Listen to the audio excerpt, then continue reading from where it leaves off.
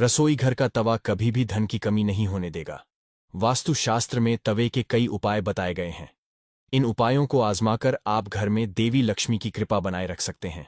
इससे घर में बरकत बनी रहेगी और धन का अभाव नहीं रहेगा। बता दें कि तवा न सिर्फ आपके रोटी बनाने के काम आता है, बल्कि यह आपके घर में धन और बरकत भी लाने का काम करता है।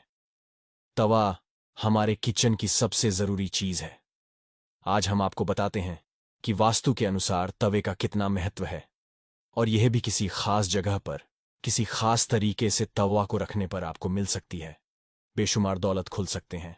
किस्मत के बंद दरवाजे। नंबर 1, तवा और कढ़ाई राहु का प्रतिनिधित्व करते हैं, इसलिए रसोई को साफ रखें।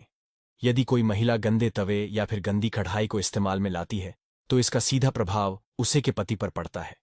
नंबर 2, जब सुबह खाना बनाने जाएं, तो तवे को गर्म करने के बाद रोज इस्तेमाल होने वाले नमक को तवे पर डालें, परंतु इस बात का ध्यान रखें कि नमक में कोई भी अन्य पदार्थ ना मिला रहे, यानी हल्दी या लाल मिर्च ना मिला हो। नंबर 3, तवे या कढ़ाई को कभी भी झूठा ना करें, ना ही उस पर झूठी सामग्री रखें। इन दोनों चीजों की पवित्रता का ख्याल रखना बहुत जरूरी है। घर में इनकी स्वच्छता का जितना ध्यान रखा जाएगा, धन के आगमन के रास्ते उतने ही आसान होंगे। सभी बर्तनों में ये दो चीजें बहुत सम्मान के योग्य हैं।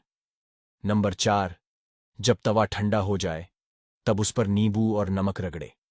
इससे तवा चमकदार तो होगा ही, आपकी किस्मत भी चमक जाएगी। नंबर 5, अक्सर देखने में आता है कि कुछ लोग तुरंत रोटी सेंकने के बाद गर्म तवे को गंदे बर्तनों में धुलने के लिए रख देते हैं। अगर आप भी ऐसा करते हैं तो इस आदत को छोड़ दीजिए, क्योंकि गर्म तवे पर पानी छिड़कना अच्छा नहीं माना जाता है। घर में बड़े बुजुर्ग ऐसा करने से मना करते हैं, और वास्तुशास्त्र में भी ऐसा कहा गया है कि गर्म तवे पर पानी छिड़कना एक अपशगुन के तौर पर देखा जाता है। गर्म तवे पर पानी डालने पर जो छन की आवाज होती है, उससे नेगेटिव एनर्जी यानी नकारात्मक ऊर्जा घर में आती है। वहीं यह भी माना जाता है कि जब घर में किसी की मृत्यु हो जाती है, तो उसकी 13वीं के दिन गर्म तवे पर पानी छिड़का जाता है। इसलिए सामान्य दिनों में ऐसा करना अशुभ माना जाता है। इसके साथ ही यह भी मान्यता है कि गर्म तवे पर पानी डालने से मूसलाधार बारिश होती है, और ऐसी बारिश से तबाही होने का अंदेशा होता है। इस कारण घर के बुजुर्ग ऐसा करने को मना करते हैं।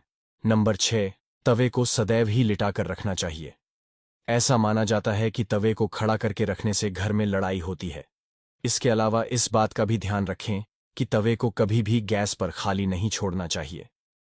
कुछ लोगों की आदत होती है कि रोटी सेंकने के बाद खाली तवा गैस पर यूं ही छोड़ देते हैं।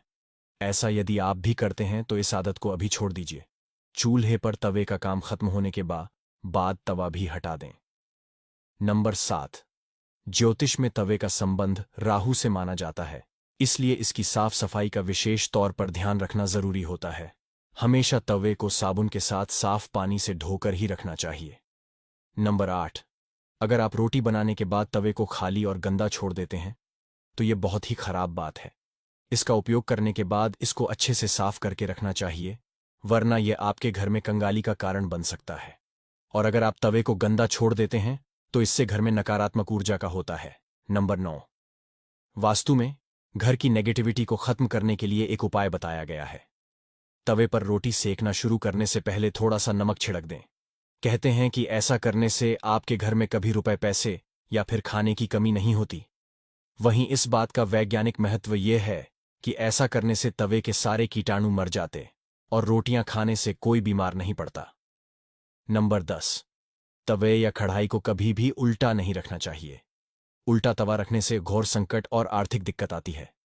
घर में तबकों को उल्टा रखने से घर में नकारात्मक ऊर्जा का वास होता है।